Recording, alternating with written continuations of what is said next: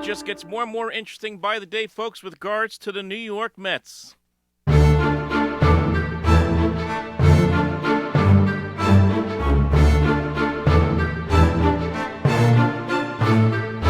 welcome everybody here to the Sports Talk Nation. Michael Cohen here with you. Like and subscribe below if you want more content. We got a lot of course here with the Yankees, with the Mets, with got football season around the corner, Jets, Giants. Like and subscribe. So today, a lot of drama revolving around the New York Mets. A lot of drama revolving, of course, around Buck Showalter, Billy Epler, Steve Cohen now getting involved as he is planning, Steve Cohen, to hold a press conference on Wednesday before the Mets game against the Milwaukee Brewers. We're going to talk about what to expect in that press conference tomorrow, and let's talk about where the Mets are right now, because right now they are 35-43.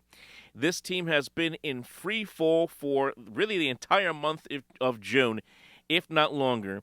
This has been a season that, as we all know, came in with high expectations, coming off a 100-win season last year, and it has been incredibly disappointing one night after the next. And as I addressed in my previous Mets video about a month ago, when things started to go south, okay, after getting swept by both Toronto and Atlanta, Steve Cohen appeared in the New York Post saying basically he is not going to be that kind of owner that's going to be spur of the moment firing guys left and right. Now here we are almost now towards the end of June, going into July, and things have not gotten better for the Mets. They are now a whopping 5-16 in the month of June. They haven't even won a series this month, and they're let alone having a winning streak longer than 2 games. That hasn't happened at all this month for the New York Mets, as just about everything just seems to go wrong for them.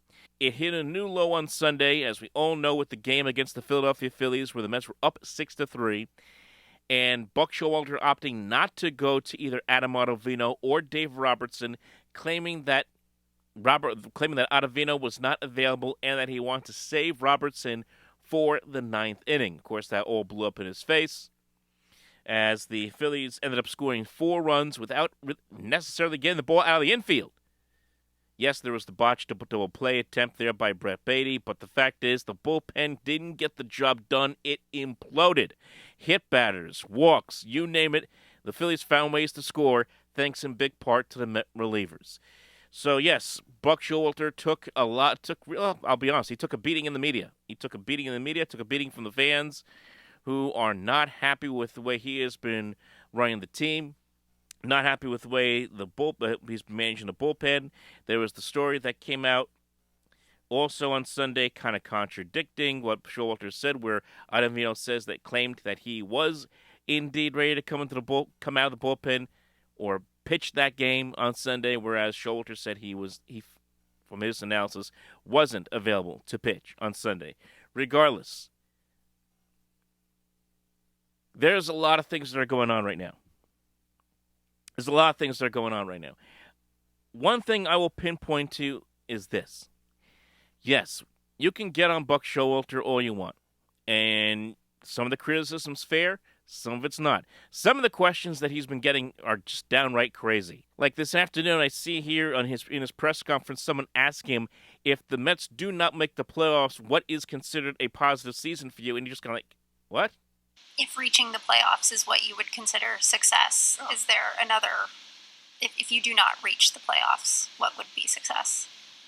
I don't, my mind doesn't go there. So some of the questions are absolutely crazy. And while I understand fans are upset and they're angry, keep in mind, this is the manager that a lot of fans wanted to have here. They wanted to have Buck Showalter here. He came here bringing in a resume of success, a resume of turning franchises around, i.e. the Yankees, building the Diamondbacks, getting the Rangers going again, turning around the Orioles into a playoff team for a few years before he left that organization. That organization, until this year, last couple of years, hasn't been the same. He has been a very good manager. And, of course, last year, this team won 101 games last year with him as manager, and he won Manager of the Year. So you're telling me that all of a sudden, the guy who won Manager of the Year just a year ago is now incapable of managing at all? I find that hard to believe. I think it could be a combination of things. But one thing I will say is what we saw on Sunday, and it's not to excuse the fact that he made those decisions to not bring in Ottavino Robertson because he should have, absolutely. But we saw him do that even last year at times. And I will use the example of a game against the Dodgers in mid-June where he decided instead to go to Adonis Medina in the ninth inning. Adonis Medina in the ninth inning against the Dodgers with a run lead, and Medina got through it, and the Mets won the game. So sometimes rolling the dice works as it did last year, and this year it's not working at all. That's the difference. And I'll also pinpoint this. The pitching has been the biggest problem for this team. We've discussed that ad nauseum. We all know the starting pitching for the Mets is a huge problem this year for New York. When Justin Verlander can't get through, 5 innings at a time, and Max Scherzer has pitch counts in the 90s in the 5th and 6th inning, and you're getting a good start and a couple of bad starts by Kodai Senga, you got a problem. But the bullpen, last year's bullpen, and I know obviously the biggest difference between last year's bullpen and this year is obviously no Edwin Diaz. That's obvious. But outside of Diaz, you had guys that coming out of the bullpen like Seth Lugo, who was pitching well, Trevor Williams, who was the Mets' best long man out of that bullpen. Drew Smith maybe wasn't as relied upon as he is now, but was having a solid year. You had Trevor May, Chasen Shreve. You had a number of pitchers who were good quality relievers coming out of that bullpen, in addition to Edwin Diaz. This year's bullpen is completely different. Other than Adam Ottavino, it's a totally different bullpen. You have David Robertson being your closer when he was supposed to be your 8th inning guy this year. That's number one. But you have guys like Jeff Brigham, who every time the guy comes out there, it seems like he gets lit up. Drew Smith has been injured. He just came back the other day, ended up getting a loss against Milwaukee, gave up a couple of runs. Brooks Raley has been pretty good, but not used, but seldom used. Josh Walker had some good moments at the start when he came up, but has since gotten hit hard. There really isn't a lot there in this bullpen that stands out. That's what I'm trying to get to. Last year's bullpen was much, much better than this. The pitching overall for the Mets was much better than this, obviously. So that's where the Mets are getting hurt the most, and that's where Buck Showalter's decision-making is getting put into question, because there's really nobody to turn to right now. So what's Steve Cohen going to do? What's he going to do in his press conference? Well, one thing, unless barring something crazy, you're not going to see the firing squad tomorrow. You're going to see probably an owner in Steve Cohen who's going to be very composed, probably going to echo a lot of his points that he made in that article with Joel Sherman at the beginning of June, where he says he's disappointed and is disappointed about the pitching.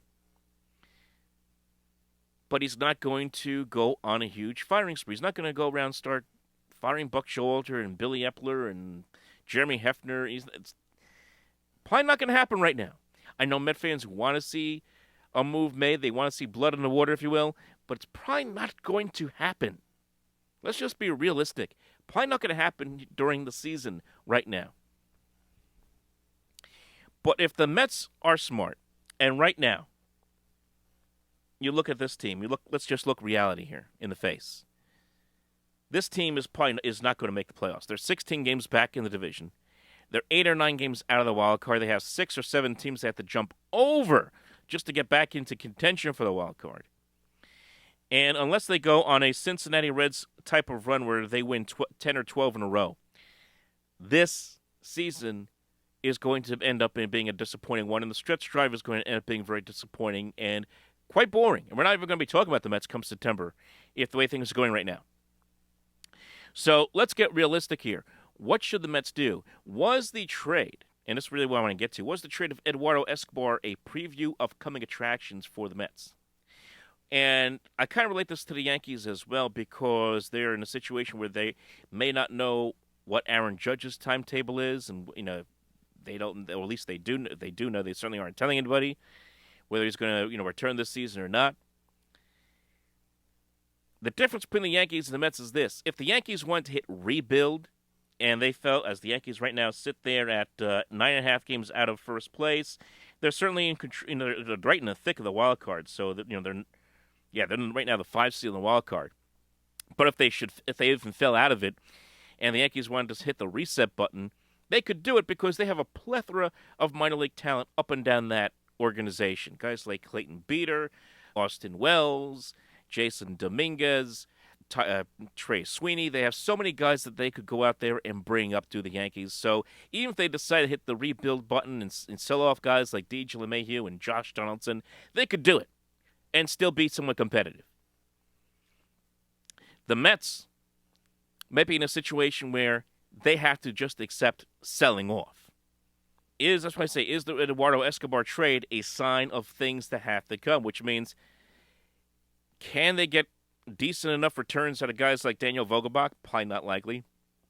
Starling Marte, who I think is a terrific player, would hate to see him leave the Mets.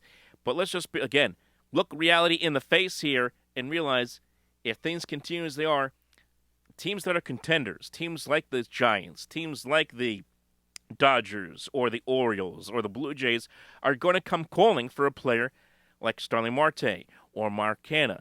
And the Mets are going to have to unload those guys, you would have to imagine, and get some return. And they certainly will need, I would imagine, with Billy Epler, Buck Showalter, the return of some pitching prospects. And that's what the Mets desperately need, is pitching prospects. You like the fact that they go out there, they get Coleman Crow from the Angels, who is they got 2 top 20 prospects out of the Angels from their pitching staff. And Coleman Crow is apparently one of the better prospects out there, ranked 11th in the Mets farm system now, of course, but he hasn't pitched since April, since he's been on the AL.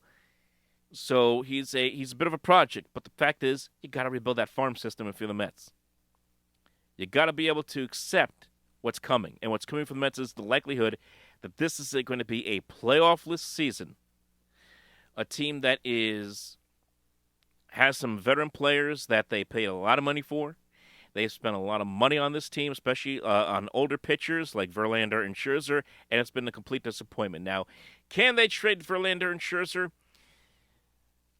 That might be tricky. Scherzer has a 1-year option left on his contract. That would be dicey. I know that Verlander, I believe Verlander had a no-trade clause in his deal when he signed with the Mets, and remember, he's in the first of a 3-year contract at the age of 40. Ideally, you like to sit there and say someone might take those contracts, but that might be tough. That might be tough sales right there. So I think that's where the Mets are right now, folks. I think they're right now. They have to begin to realize, and I know they're going to do everything. They're saying everything right. Buck Showalter saying, hey, we're still in it. Billy Epler saying right now they're still in it. The fact is, they are on the outside looking in, and the reality is staring them right in the face, as I've said now twice. They have to consider being sellers come the deadline. Now, what that means as far as the manager and the general manager is concerned, hey, look, I don't know. I don't think we're going to see a move in the regular season. That doesn't mean we're not going to see a move come the offseason. All the rumors about David Stearns possibly coming to the Mets as the president of baseball operations. What does that mean for Buck Showalter and Billy Epler is another question in of itself. But for those fans who want blood in the water right now, make a move, Steve Cohen, blast this guy out, blast that guy. It's not going to happen. Not going to happen. But we'll see what Cohen says come Wednesday before their game against the Milwaukee Brewers. And when he comes out with that, we're going to come back here and we're going to talk about that as well. So, folks, I want you to like and subscribe. We'll talk to you next time. Leave your thoughts below. What do you think about the Mets? Is it time for them to just accept facts and just start selling some of their veteran pieces here? And what do you think about the Buck Showalter situation here that's been brewing for the Mets? That's my take. Leave your thoughts below. Like and subscribe. We'll talk to you next time.